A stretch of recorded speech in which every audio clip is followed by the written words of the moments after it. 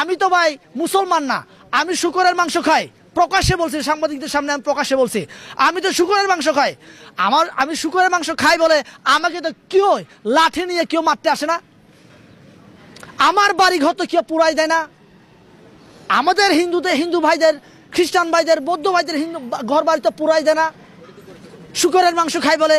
তাহলে তোমরা যে এতই সংখ্যালঘু এত মানে নিজের দেশকে সংখ্যালঘু প্রিয় ভিন্ন ধর্ম সহাবস্থানের দেশ বলছো, তোমার দেশে তো গরুর গোশত খাওয়ার কারণে কত মুসলমান ভাইকে মানে হত্যা করা হয়েছে। এটা তো আমাদের গুগলে সার্চ করলে পাওয়া যায়। গরুর গোশত খাওয়ার কারণে আপনি মুসলমান ভাইদের ঘর বাড়ি পুরাই দেন, রাস্তাঘাটে হেনস্থা করেন। এটা তো আমরা দেখছি প্রতিনিয়ত। আপনি বলবেন আমার বাংলাদেশে সম্প্রতি দাঙ্গা চলছে, এই ধরনের ভুল বার্তা, ভুল মেসেজ আপনারা দিবেন না।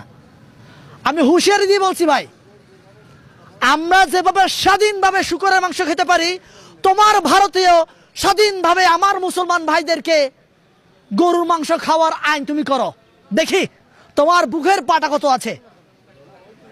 তুমি বলছো না অসাম্প্রদায়িক ভারত, তুমি আগে এটাই বাস্তবায়ন করে থাকো, আর কিছু লাগবে না তোমার কাছে ভাই। তুমি খালি আমার মুসলমান ভাইদের জন্য গরুর গোশত খাওয়া আইনিভাবে বৈধ করো। আমি তো ভাই মুসলমান না, আমি শুকরের মাংস খাই। প্রকাশ্যে বলছি, সাংবাদিকদের সামনে আমি প্রকাশ্যে বলছি, আমি তো শুকরের মাংস খাই। আমি শুকরের মাংস খাই বলে আমাকে তো কেউ লাঠি নিয়ে কেউ মারতে আসে না। আমার বাড়ি ঘর তো কেউ পুরাই দেয় না। আমাদের হিন্দু ভাইদের, খ্রিস্টান ভাইদের, বৌদ্ধ ভাইদের ঘর বাড়ি তো পুরাই দেয় না শুকরের মাংস খাই বলে। তাহলে তোমরা যে এতই সংখ্যালঘু এত মানে নিজের দেশকে সংখ্যালঘু প্রিয় ভিন্ন ধর্ম সহাবস্থানের দেশ বলছো, তোমার দেশে তো গরুর গোশত খাওয়ার কারণে কত মুসলমান ভাইকে মানে হত্যা করা হয়েছে। এটা তো আমাদের গুগলে সার্চ করলে পাওয়া যায়। গরুর গোশত খাওয়ার কারণে আপনি মুসলমান ভাইদের ঘর বাড়ি পুরাই দেন, রাস্তাঘাটে হেনস্থা করেন। এটা তো আমরা দেখছি প্রতিনিয়ত। আপনি বলবেন আমার বাংলাদেশে সম্প্রতি দাঙ্গা চলছে, এই ধরনের ভুল বার্তা, ভুল মেসেজ আপনারা দিবেন না।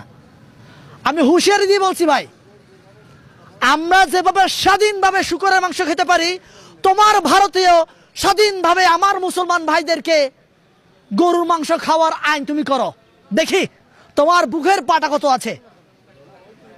তুমি বলছো না অসাম্প্রদায়িক ভারত,